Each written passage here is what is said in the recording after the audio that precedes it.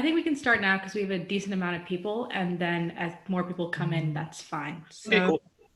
Yeah, so I'll just start by introducing. So thank you all for coming today. This is the first webinar for the Police Reform Hackathon. And today, right now, we're speaking with Lieutenant Nick Picerno. He serves as the Chief of Staff for Montgomery County Chief of Police, and he's also the Acting Director of the MoCo Policy and Planning Division. Before that, he was the Director of Legal and Labor Relations, and in 2017, he served as the Deputy Commander in the 5th District in Germantown. And so, yeah, I'll let him take it from here. All right, cool. Ask me, are you gonna turn my camera on, or am I just gonna talk? No camera. You can turn your camera on that so that everyone can. Okay. You said you stopped my video, so I can't turn it on. Oh. I'm sure no one wants to actually see me, but you know, it's not good.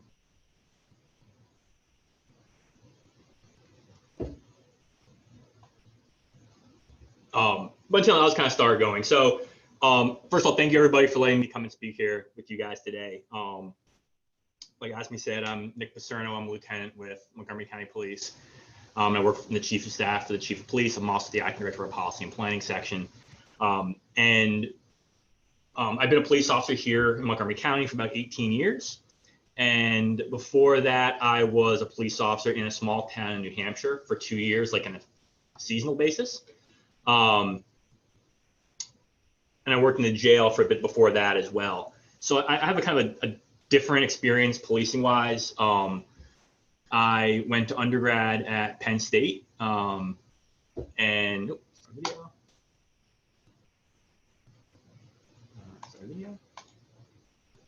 we go. There I am. So I did my undergrad at Penn State, and then worked in Bethesda for a couple of years in patrol the 2nd District. Went to a DCAT team, or a PCAT team, which was like a small unit that did proactive policing and community engagement in the mid-2000s, and then went to homicide. And I was a detective in homicide for about 5 years. Got promoted to sergeant, went back to patrol for a while, went back to doing some proactive enforcement work for a little bit, and then I became the supervisor of our collision reconstruction unit. And collision reconstruction is kind of an interesting job in the department where you take science and physics and you recreate fatal car crashes. And it was a really interesting job. It was a very high stress, very emotional job dealing with the families of people who had died in car accidents. That for about 2 years, and went back to homicide as a lieutenant for about a year. So the bulk of my career before getting promoted was like in the investigatory space and mostly dealing like with death investigations. And then, like I said, I've had more like administrative roles as an executive. So it's kind of given me an interesting background. So I think what I'd kind of like to do in talking to Asmi, kind of the plan would be, I'm going to kind of talk for about 30 minutes or so, just on like an overview, like what policing is and what policing looks like in the country as a whole. And I know a lot of you all are from like the DC area, but I know there's some who are from like areas outside of here. So I kind of will use DC as my like basis of knowledge for a lot of this, the DC area. But a lot of what I'll talk about will apply all over the place. And then I'll open up for questions. I think the most important thing for me and when I do these sort of presentations is I just want to educate, I just want to teach, I just want to have a conversation. And I think what a lot of the efforts being made towards police reform are really good. And there's a lot of really good stuff that's come out of here. What I would like to do is kind of tell you where we are, so that way what you can pick up puts you in a better position to be able to find things that are going to succeed going forward. Okay. And again, any question you have, I'll answer it most honest way possible. The most important thing for me is my reputation and my honesty, and I'll give you an answer that's going to be true and honest to the best of my ability. Right. So, all right. So, policing. What is policing? How do we get here, and what is policing really all about today? So, we've had a concept of policing as a verb, not as a noun, but as the idea of law and order, really for almost 4,000 years. In 1800 BC, the Babylonian king Hammurabi invented the rule of law, created the rule of law, which is the idea that there's a set rules in place and people are to follow them.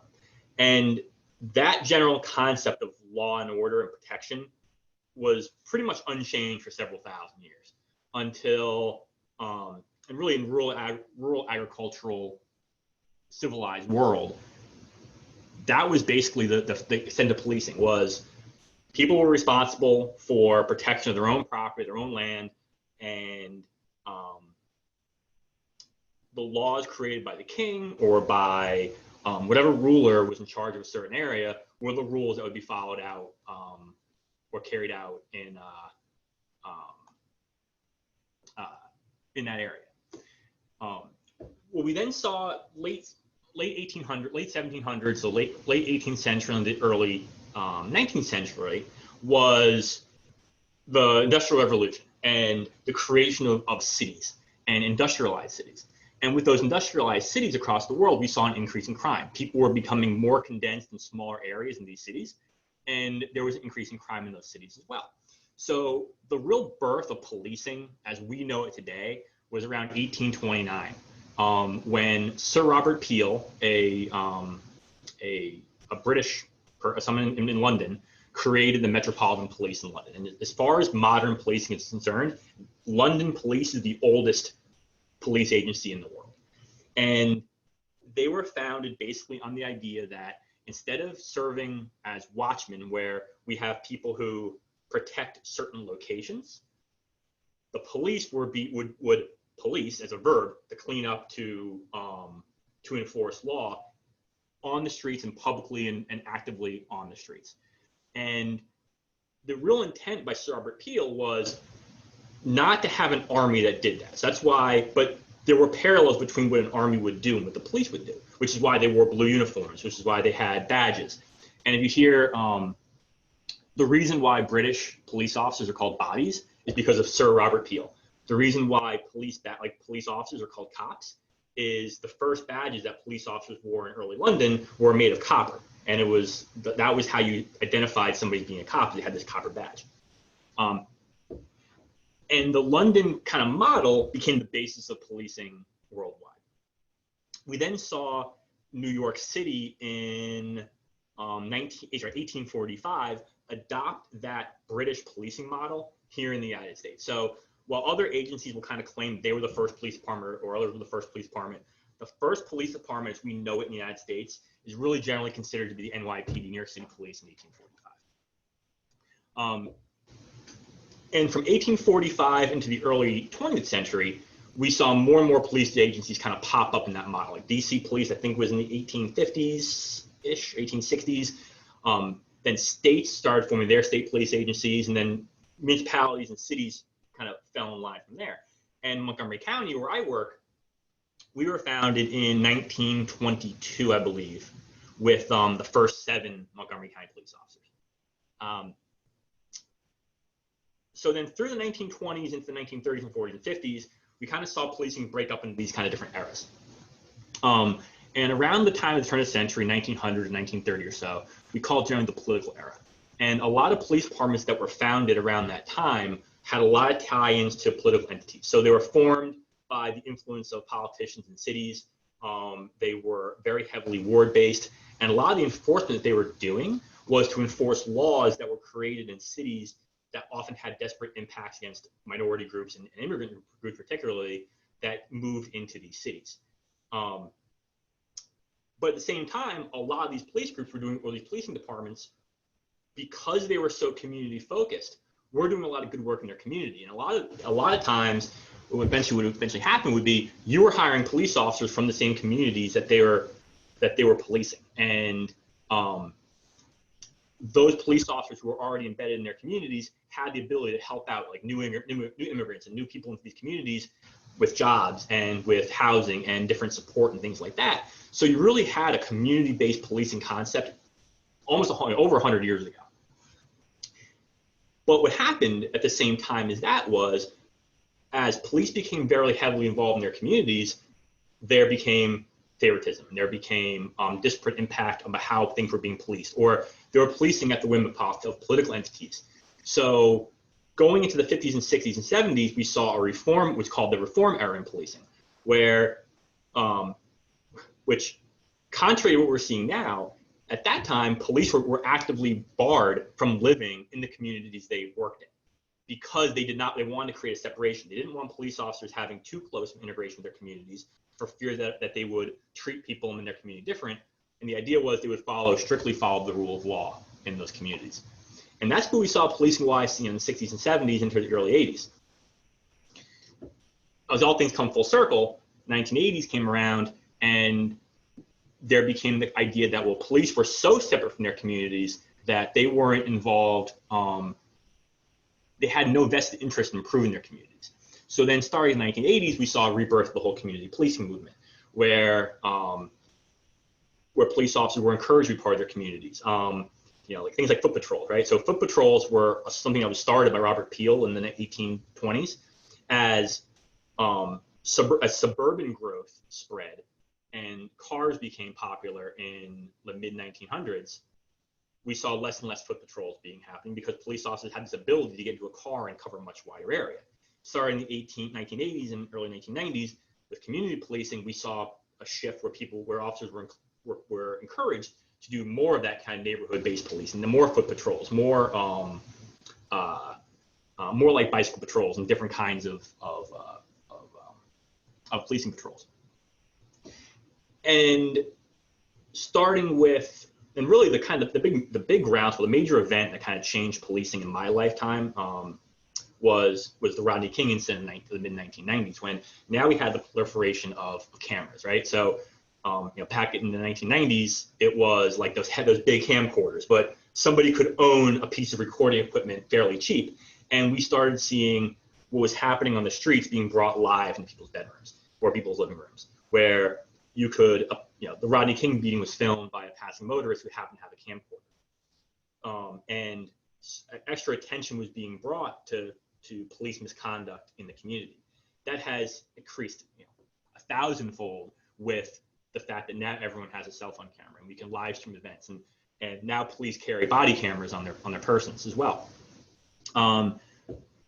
So I think we're kind of coming towards the end of like the community problem solving era, and I think we're on the cusp of another era in policing, which is probably like a second reform era, where we're going to be reforming some of the progressions that police have done over the past 20 or 30 years. I say progressions, but evolutions in policing over the last 20 or 30 years will be changed again to a more, another more reform-based kind of practice. So that was a very quick, like 11-minute overview of policing history. But I will, so I saw Norma's question. How about this? I'm going to get to that in about 10 minutes. And if I don't answer that question about hiring, I will go back and answer it from you, okay? So now today, 2020, right? August of 2020, what does policing look like in the country as far as how policing is set up? Well, really, it's a variety. The largest police department in the country is New York City Police Department. They have 55,000 police officers and a budget of $6 billion. They are larger. They are twice the size of the hometown I grew up in. The smallest departments, you have police departments in rural New England, where I'm from, in the Midwest, in the South. You may only have one police officer who works part-time for that agency. So really, there's a huge variety in the size of departments. In terms of the different types of police departments, you've got, again, many different types. So where you'll see kind of regionally in like the North, and especially the Northeast, Pennsylvania, New York, New England, Ohio, like the Northeast area of the country, generally speaking, you have police departments that are town or city based. So you'll have a city police department that covers a geographical city area. And then you will have a sheriff's office that covers the county. But in those kind of places, the sheriff's department does a very different function than police departments do. Whereas police enforce criminal acts, the sheriffs in these areas will enforce like civil things, like they will handle evictions and they will handle civil forfeitures. They'll basically be a law enforcement arm for the court to enforce the court's civil decisions. And then on top of all that, you'll have the state police.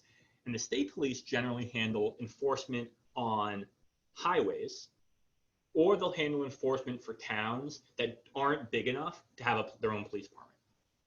So you'll kind of see this like three-layered approach.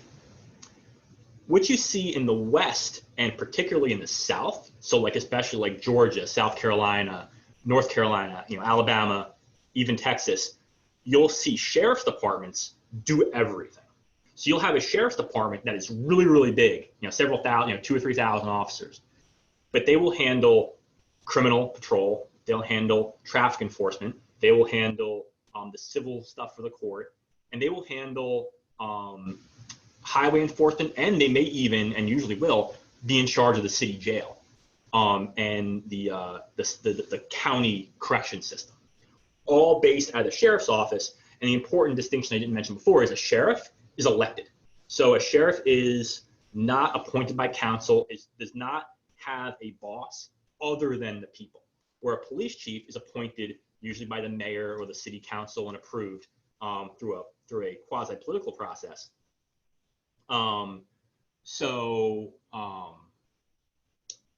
You have this kind of divide of who their boss is, right? So a sheriff, in many ways, they don't have to follow the will of a politician because they're independently elected. At the same time, their decision-making process may be based on popular opinion because they have to appease a voter base in order to maintain their job every time it's election. Here in the greater DC area, we see kind of a hybrid, right? So Montgomery County, Howard County, Prince George's County, even Fairfax County, we have what's called a county police. So where I work, we are a county police department. So we handle the criminal enforcement everywhere in Montgomery County on the criminal side. There's a Montgomery County Sheriff's Office who handles the civil enforcement on the civil side. And then we also have within the county itself several smaller jurisdictions that have their own police departments. So we have a Rockville City Police, a Gatesburg City Police, Chevy Chase Police, Tacoma Park Police. And while we still have, as Montgomery County Police, we still have enforcement ability in those towns. Generally speaking, what happens in Rockville is covered by Rockville City Police. Now, we do handle some of the more serious things there, like we'll handle homicides in Rockville City. We'll handle fatal traffic collisions there. We may handle even more serious criminal acts, but we work kind of in tandem with them. And that's not just Montgomery County. You'll see that in Prince George's County with, PG Police is the main entity there, but they have 27 separate police departments, Riverdale and Hyattsville, and kind of a similar relationship where they kind of work symbiotically. And there's a lot of reasons for that. I think if you are a citizen of a incorporated town, by having your local police department, you're not competing against the entire county for services. You're only competing against the city itself for policing services. So there's benefits both ways. And I'm not saying either one is right or wrong, just the way it is here. And then we also have the Maryland State Police, which in Montgomery County pretty much just covers the Beltway and 270 and part of the ICC. But if you were to go into Western Maryland, like Garrett County or towards the Eastern Shore, they will actually do more responding to calls for service and handling police calls and things like that. The other kind of weird curveball we have here in the DC area particularly, and if you ever go downtown, you notice this, is there are dozens of small federal policing agencies downtown. You'll have you have some bigger ones like the Park Police and Capitol Police that kind of have a bigger area responsibility. But you'll have really small departments like the United States Mint Police or the FBI Police, these like smaller policing agencies. There's something called the CIA Police. These small agencies are basically like security forces for each of those federal institutions. They have policing powers either on the jurisdiction, the property, or they'll have policing powers like in the general area around it. But they're it's a kind of a unique thing you'll see in like DC, maybe in Philly, maybe in New York. You'll have these federal police agencies. They really are more akin to like a security service or a very well-trained security entity that kind of protects these places. And the last thing I'll cover briefly is campus police, where colleges will have either sworn or unsworn law enforcement working on the campus. And there's a lot of different ways to look at that. Like I'm personally a little bit biased. My father was a police chief he was a police officer for 42 years. He's a police chief for almost 30. And he spent the last 12 years at a college in Virginia, a little small college in central Virginia. And so I've seen like campus police in a different light than I think a lot of other people will. I think campus policing, you really are in charge of policing on the campus, but you also are really ingrained in the community. I think really good community policing strategies kind of come out of those campus law enforcement situations. But their job there is they have a lot of different options for enforcement, because whereas I am bound by criminal law to what enforcement actions I can take with somebody, a campus police agency, they'd have not only the criminal sanctions they could use, but they also have university code of conduct. So there may be university law or university regulations that you may not arrest somebody for a crime. It may be a violation of a tangential violation of like university policy and university rules. So you could have a whole sanction set of discipline, suspension, expulsion separate from criminal law. So it's a unique kind of world where kind of like these two things blend. Some campuses have armed police, some campuses just have unarmed, some have a hybrid. When my dad worked, he had a hybrid of like 3 or 4 police officers and about 15 security guards. You see this kind of blend in a lot of different places. So really, I guess the long way of me saying this is policing is really varied across the country and across agencies. So it's hiring, and I guess this kind of will get a little closer to Norma's question in terms of hiring. So again, it's kind of different, and I'll give Montgomery County as an example and kind of go from there. So here in Montgomery County, we go to job fairs, we hire on our website, and we really look for we recruit towards like criminal justice programs in colleges. You want to recruit somebody who's interested in the job, and you'll often see the interest in law enforcement isn't straight across the line. It kind of goes up and down with a lot of different factors in terms of economy and the stature of policing. But we recruit at job fairs like any other employer would, and you can apply to be a police officer. You take a test. And then that test kind of is a first level of suitability that kind of just checks some basic, has some basic things. The real in-depth investigation to if you're suitable to be a cop or not happens during the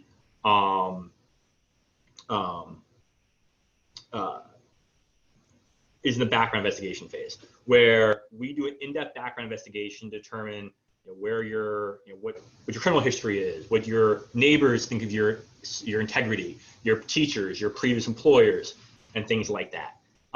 In that process, we lose more potential police officers in the background investigation stage because of either concerns from their friends or concerns from their employers and neighbors about their character or suitability, or there was some incident that happened in somebody's past that raised a flag where we're like, we're not comfortable with this person being a police officer.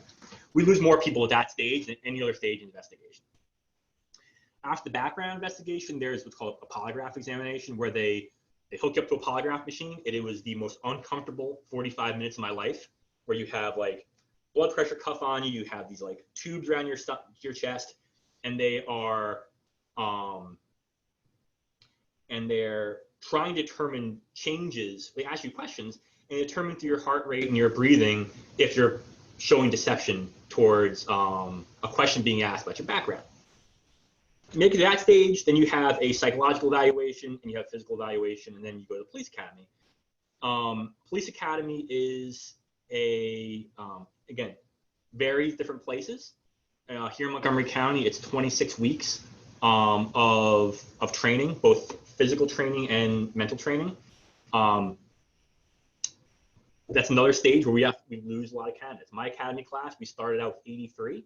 Day 2, we had 4 people drop out. A week later, we had lost another 7 or 8, and I think we graduated with like 65. People just you think policing is one thing, and you get to the academy and it turns into something different. And we try not to lie to people in the academy. We try to make it a very, very honest representation as much as possible what the job of policing actually entails. In terms of also, one thing I'll go back to in terms of your prerequisite qualifications, that's also varies. I was hired here with a bachelor's degree. I have a master's degree and a law degree, and I'm a member of the bar exam. I'm a member of the Maryland bar. I work with people who have PhDs. I work with people who have associates. We here in Montgomery County require at least an associate's degree, unless you were a police officer somewhere else first, or you're a military veteran. In that case, you just need a high school diploma. We do require 120 college credits, or basically a bachelor's degree, to be promoted to the rank of sergeant and above. Other agencies just require a high school diploma. Some federal agencies will want a bachelor's degree.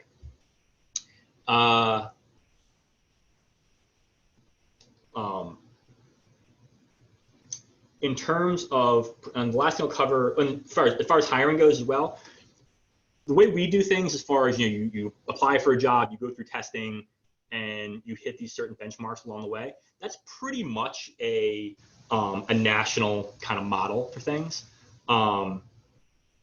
which you'll see oftentimes with like the really big agencies, like New York City Police, Boston PD, or the state police agencies, is they will offer a test only every like 3 or 5 years. And you take this test, and that ranks you in order from 1 to 79,000. How many people take this test? And they will call you in order of your test score to kind of progress along that hiring process. So it's a little bit different, but it kind of breaks that big clump of people into these like more narrow groups. The last thing I'll cover quickly is kind of promotion, and then I'll start going into your questions. To get promoted, we do things a couple of different ways. And in most places, this is the one thing that's kind of standardized across the board, at least for the first few promotions, is it's basically a testing process. So my first promotion process involved 125 question multiple choice exam, and then a 2-day oral assessment, oral and written assessment of your abilities. And then you get ranked in an order, and then you're promoted in that order. For lieutenant, and then I've taken the captain's exam in about a month. That's just an oral and written examination component, and then you're ranked. And then the chief generally goes in order, but he goes he can take in different factors other than just like your score. That's pretty much the standard across the board for promotion. And the last thing I'll cover really briefly is like, what is policing like in a day?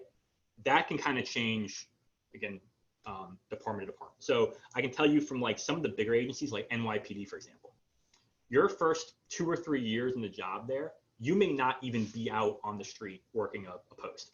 You may start at like City Hall working a metal detector, just as people come in and out of the city, and you're just there, or the building, and you're there as like a fixed security presence. And then your next 2 or 3 years may be spent working a foot beat at Times Square or at Battery Park. And then you may not get into a police car for your first 3 or 4 years on the job. It's a little bit unusual. Most places, you get out of the academy, you go through like a 12-week field training process.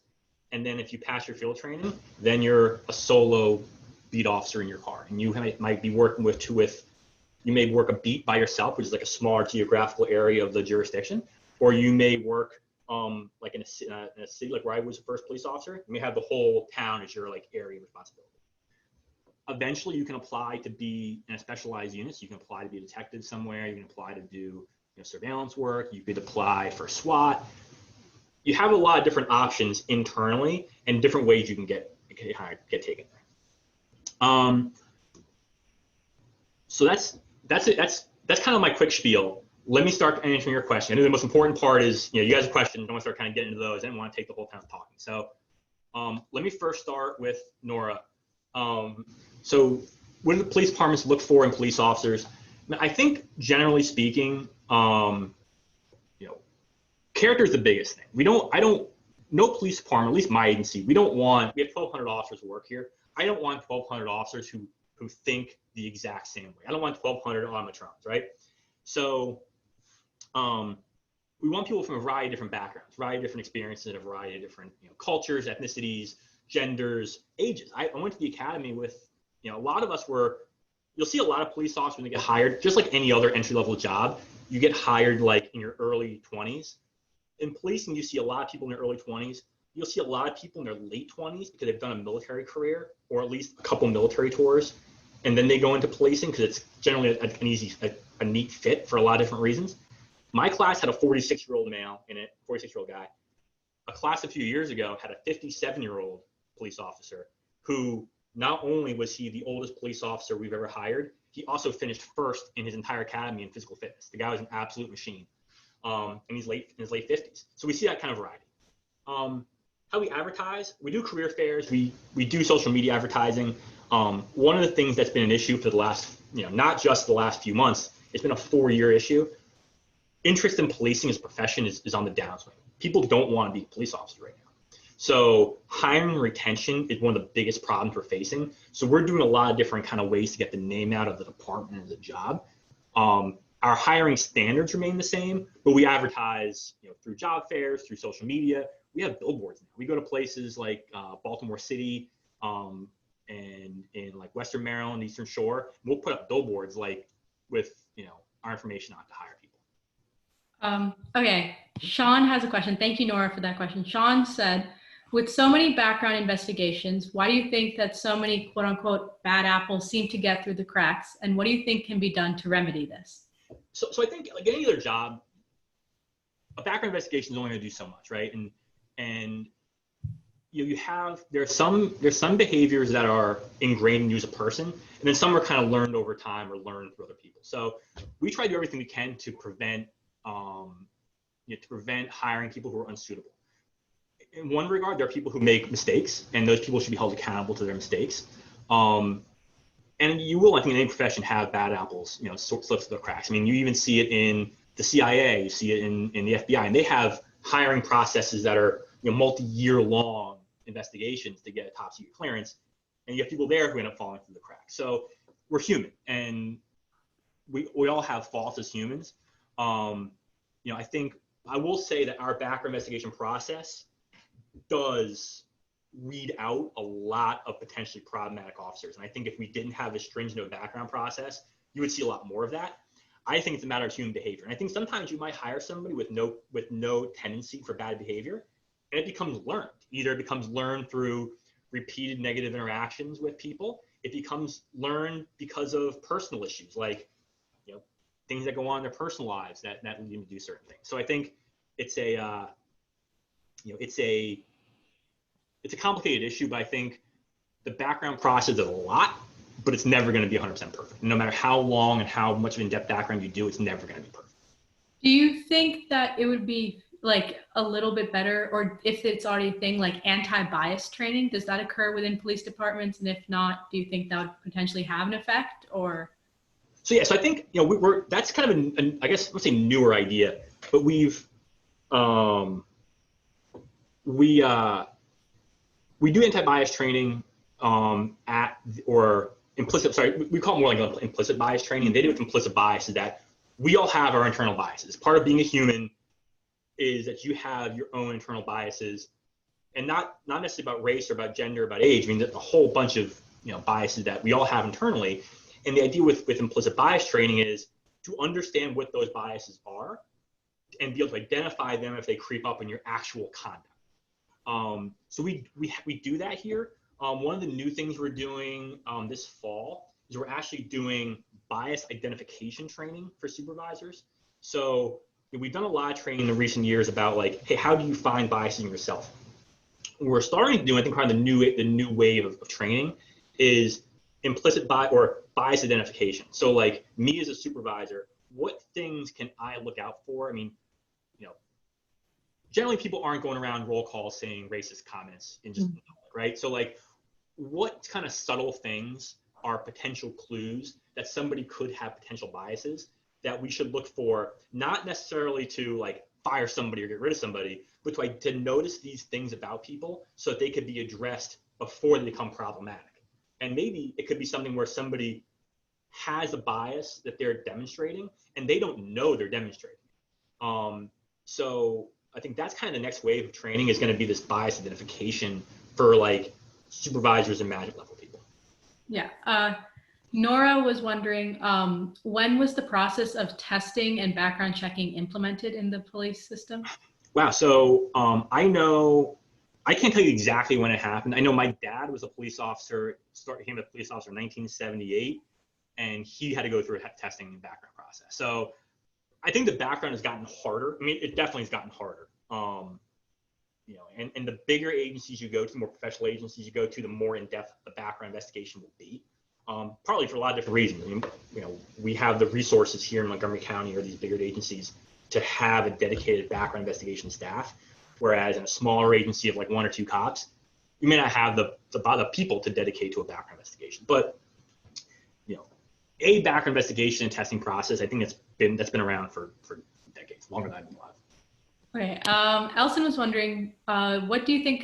Do you think the jobs of the police force are too broad, and how do you feel about reallocating duties within the departments?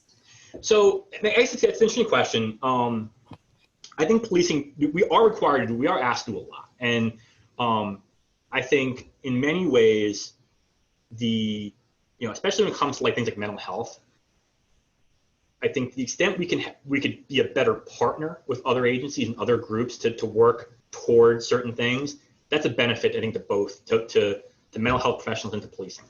I think a lot of times we're putting police officers in a situation where they're almost doomed to fail, because you can only train somebody with so much knowledge on such a wide berth of knowledge.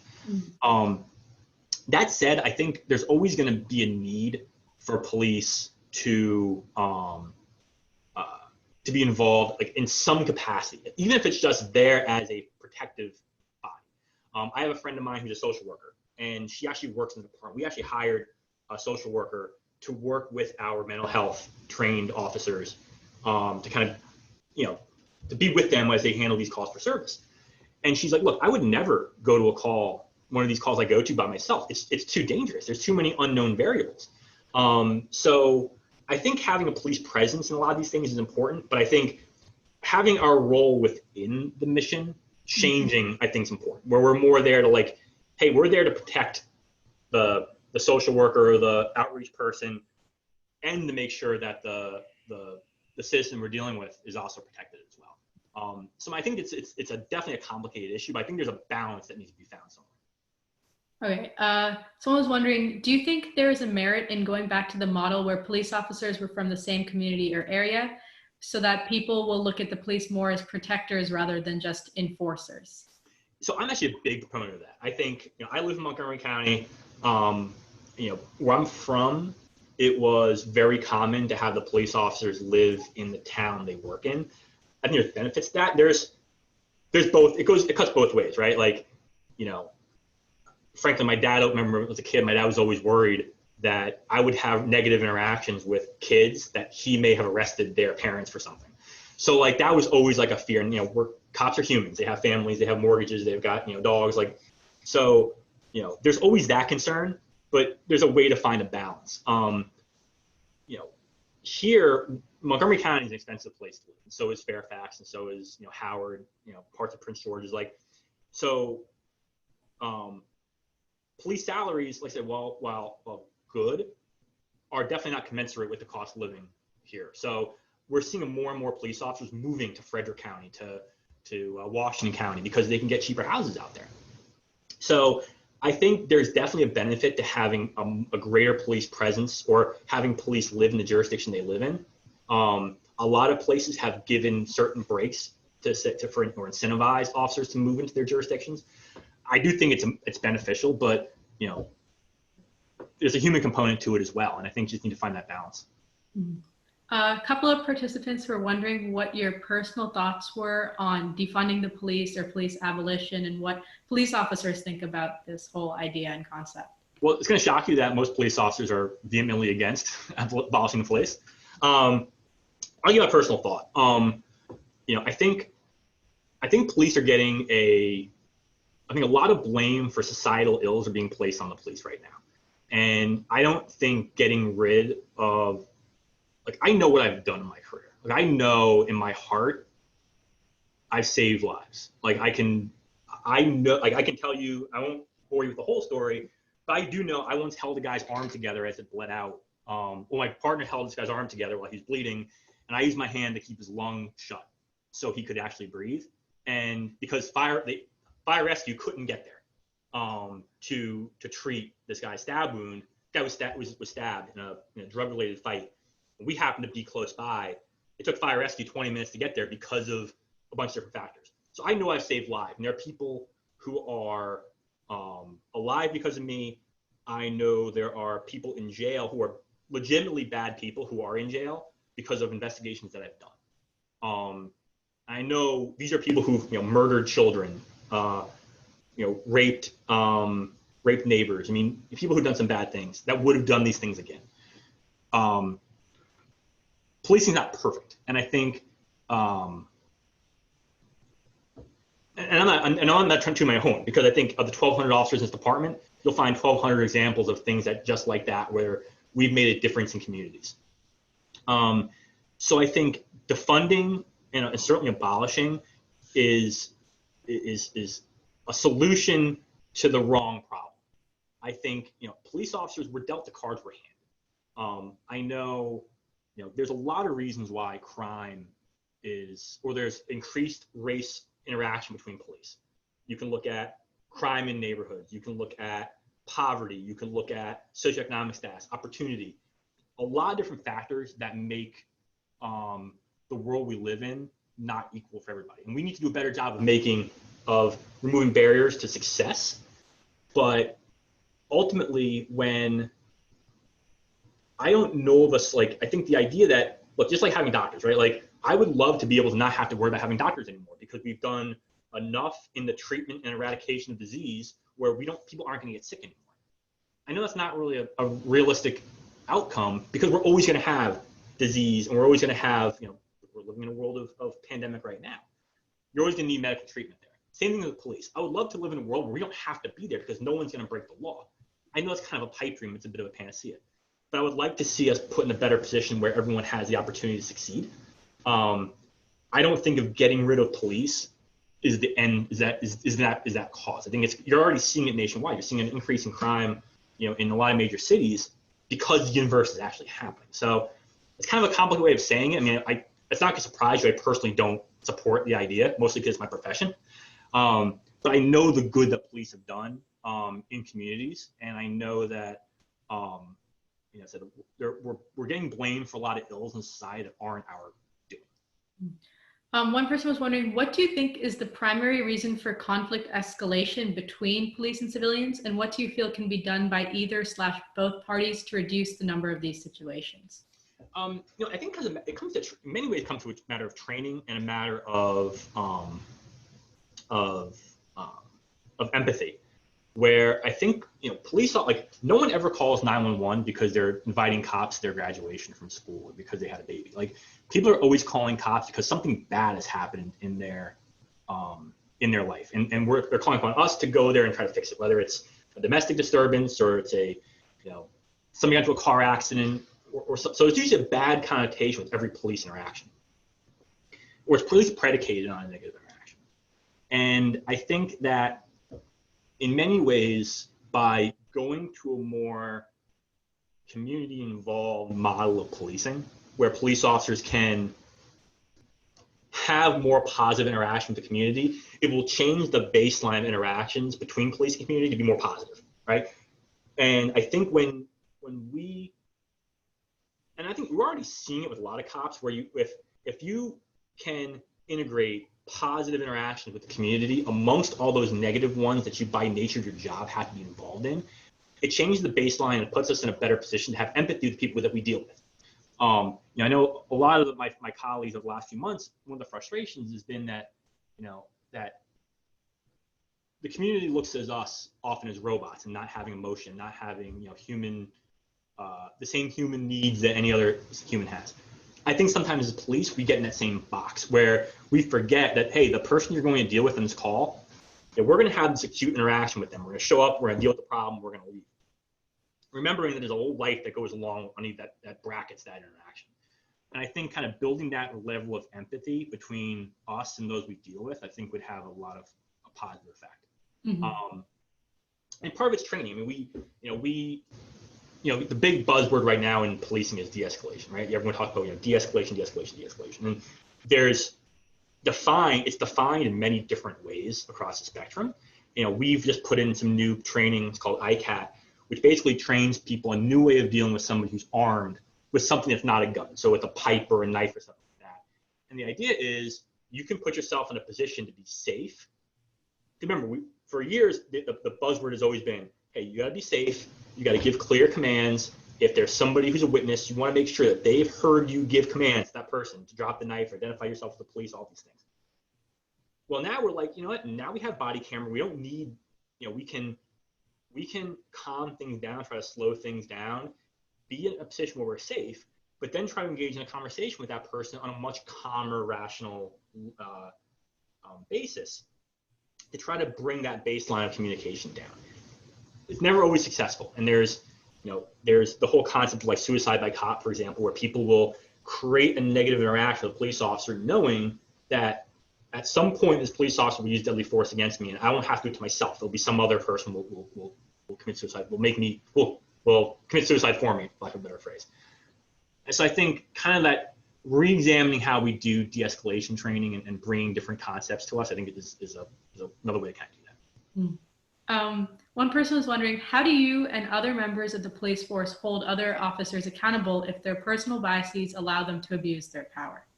So one thing I'll tell you is the person who hates a bad cop more than anybody else is a good cop. We last year, I was looking at a statistic, and again, this is a Montgomery County statistic, but I'm pretty sure it's applicable nationwide, or at least most jurisdictions wide. Is we have of our use of force allegations or our internal investigations for use of force, 41% of our investigations were because another police officer turned that officer in. They saw something, they didn't like it, they called internal affairs, said this is inappropriate what I saw, and an investigation was undertaken. The other ones were because a citizen called in and said, I was abused. And this is not looking at the final, a lot of these will be adjudicated or will be dismissed. Anybody can make an allegation. But I think it's telling to say that 4 out of every 10 cases we have for use of force investigations are brought around internal. So I think we do a decent job of holding each other accountable. I think we really need to do a better job of empowering each other to hold ourselves accountable. We're all, I can tell you, there's nobody who despises a bad cop more than a good cop. So, I think we need to do a better, I don't want to sound like, and one of the things I always try to anchor myself on is I don't want to make it seem like everything is hunky-dory and great in the policing world. Like, there's a lot that needs to improve in how we do things.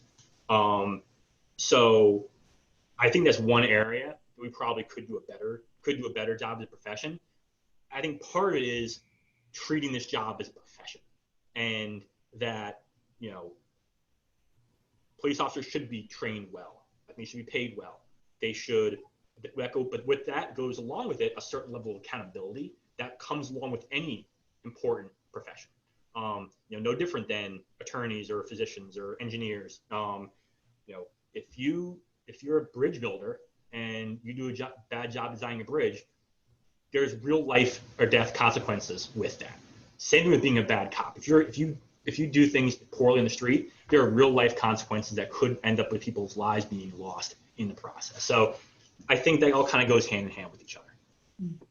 One person was asking, do you think there should be a new lower limit to the amount of violations an officer can commit before facing more severe consequences like termination? So that's an interesting question. And I think it's one of, if you were to ask me, hey, what are the things you would like to see change in policing? One of the things locally in Maryland, and you'll see this is pretty nationally based, but you have police officer personnel files or disciplinary records are considered personnel files, meaning that they are shielded from public review. So when we have an internal affairs investigation, let's say I'm brought up on a charge, the citizen will know what my discipline was, but no one else will. We can't publish it. We can't put it out anywhere. So it becomes a secret. There's been a push for changing that, where part of the internal affairs investigation file will become open to the public for review. So like I said before, besides being a cop, I'm also a lawyer. If in Maryland, if a lawyer commits an act, a violation of the rules of professional responsibility, they will publish, the Court of Appeals will publish what that sanction was. They'll say, attorney blah blah did the following thing, and he received or she received the following punishment. I think something similar would be helpful in policing. That way, for a couple of things. One, it will show the community, hey, when a police officer is brought on an investigation, there is a punishment that comes out of it, right? it's also helpful for police to know, one, there's always the rumor mill, right? People have rumors, oh, this guy got in trouble, this guy got in trouble. Really, the only way you know if somebody got in trouble is if they got fired, you just don't see them anymore. And that's kind of obvious. But other than that, if someone's suspended for a week and they're not here, and they're on vacation, as far as we know, they're on vacation. So I think having some published disciplinary sanction, not necessarily the whole investigation, but just sharing, hey, Officer Picerno got accused of excessive force. There was an investigation. It was sustained. He was suspended for 40 hours. Then other police officers will know, like, hey, this guy did this. He was investigated, and this is the punishment he got. So I know going forward in the future, hey, if I do this, I could have a 40-hour suspension. I could have an 80-hour suspension. I could lose my job. I think having that be published shows others that there's a system in place that does work and does hold people accountable. Mm-hmm. And it serves as a deterrent effect for the police officers to know, like, hey, this is the kind of thing that we take seriously, and this is what will happen to me if I do. Yeah. One person was wondering, how are the funds for police allocated currently? So we have a budget. That budget is proposed by the county executive, which is like our county-based mayor. Every year, it's approved by county council. The vast bulk of our budget is for personnel expenses. I think it's 83% of our budget pays salary, benefits, personnel costs. The rest of it is things such as facilities maintenance, training, equipment, and things of that nature. But the vast majority, so like 83%, is to put a cop on a seat and have them work. Okay. Zoe was wondering, how do you feel about having the responsibility of responding to domestic situations? Do you think it could be helpful to the force to have another sector of the force directly responsible for dealing with domestic issues? So I think there's yes and no. So I think one of the things is the two most dangerous calls a police officer will handle is a traffic stop and a domestic. Because a domestic, you're going into somebody's home, a place where it's a home is your castle, right? There's no place more sacred to a person in their home. And we're going into a situation where there's unrest, and we're coming in as like the third party. And I think whether it be the police or whether it be like a social worker or somebody else, you're putting somebody into a very dangerous situation at an acute moment in time. So I think that's a good example of those times where a partnership would be better than completely removing the police from the equation altogether. We have in Montgomery County, I'm sure they exist elsewhere in the state. We have something called the Family Justice Center. It's a location where if somebody's the victim of a domestic violence, it's a location where they have all these services are there. The sheriffs are there. There's protective order assistance there. There's attorneys that can help you with getting an ex parte order. There's housing assistance. All these different things are housed at this Family Justice Center. I think there are probably ways to kind of build upon that concept and bring like some of those services, or at least be a conduit between the police and those services. We already do a lot of this, but I think like having that entity be a bit more mobile and going with the police, again, us serving more as a protective force than an actual like enforcement component. Because there are also times there's, most states have a domestic violence law where if a police officer shows up on a scene of a crime or of a domestic disturbance, and there is irrefutable evidence that a person, man or woman, was assaulted, like a black eye, they're bleeding, something like that, there are laws that say a police officer must make an arrest in those circumstances. So if the police aren't responding to those calls, we're not going to have the opportunity to make those arrests. And if it's a unarmed civilian going there and the person there potentially violent, you're now putting a potential second victim or third victim into a event. So it's a long way of me saying I understand the idea, and I think us being more in a support role would be helpful. But I don't think removing us all together would work or solve it. I'm just going to ask these last two questions, and then we'll wrap it up because it's getting close to 3. How do you think police can rebuild trust with marginalized communities who have been over-policed and likely have trauma from interacting with racist cops? Difficult question. A lot of different layers to it. I just think that continuing to build community trust is critical. I mean, we have to for too long, I think police were either internally or externally looked at ourselves as like these warriors on a mission to rid the world of crime and injustice. And in many ways, we saw a combining of like the military ethos that we saw like we've been fighting 2 wars in foreign countries now for the last since I was your guys' age, for the last 20 years. And in many ways, we have taken that ethos from fighting overseas of enemy combatant. Sometimes I think we've unintentionally sometimes taken some of those concepts here to the way we do business here. I think recalibrating how we do business and looking at ourselves more of the guardian and the protector of things than the warrior fighting some, imaginary evil, I think is one of the major steps we could take in how we approach the community. And I think at the same time is rebuilding, being in those communities. Like talked before, policing was founded on the concept that police would be in the community interacting with those we deal with. And for a lot of reasons, we've kind of come out of that. I think we need to do a better job of going back into those communities and working there and being present. Ultimately, when somebody calls the police, we need to do a good job by them. We need to, I've had the privilege when I worked in homicide, it didn't matter if the victim was white, black, female, rich, poor. You got a call, you ran it, you put your heart and soul into it. I'd be up for 2 or 3 days straight, and you do what you could for the family. And almost invariably, the families I dealt with were satisfied with the level of police service I gave them. They felt that I was an advocate for them because I showed them through my actions and through my my transparent effort towards the case. They knew I was an ally for them and I was an advocate for them. So I think we can do that across the board. It's just effort and it's just time, and it won't happen overnight. This problem is not going to solve itself August 16th of 2020. It's not going to solve itself August 16th of 2022. It's a progress. It's a process. And I think working in those communities will rebuild some of those relationships.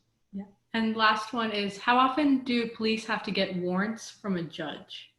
So search warrants or arrest warrants?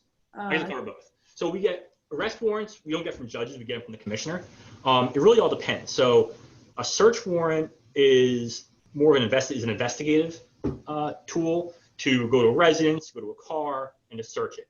A police officer who worked the beat, they may never have had the opportunity or the need to get a search warrant. I was a detective. I was getting them on a weekly or almost daily basis. Arrest warrants, where you get a warrant to charge them with a crime, you actually get the commissioner. It all kind of depends. A lot of what we arrest people for are for crimes that occur in our presence.